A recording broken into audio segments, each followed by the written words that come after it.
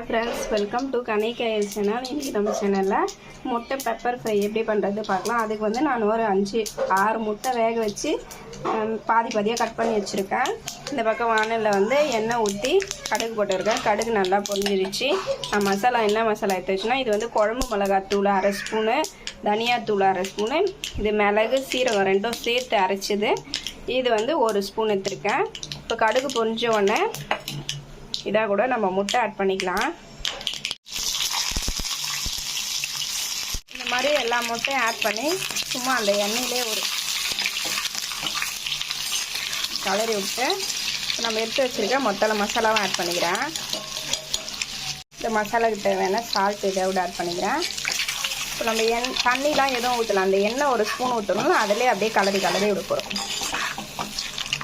இந்த மசாலா வந்து பச்சை வாசனை போகிற வரைக்கும் நம்ம இப்படி கலரி விடணும்.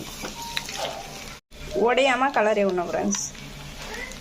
கலரி விட்டு அந்த மசாலா கலர் சேஞ்ச் ஆகிற வரைக்கும் நம்ம கலரி விட்டோம். அவ்வளோதான் ஃப்ரெண்ட்ஸ், நம்மளுடைய முட்டை பெப்பர் ஃப்ரை ரெடி ஆயிடுச்சு. இது முட்டை வேக வச்சுன்னா ஒரு 5 மினிட்ஸில் செஞ்சிடலாம்.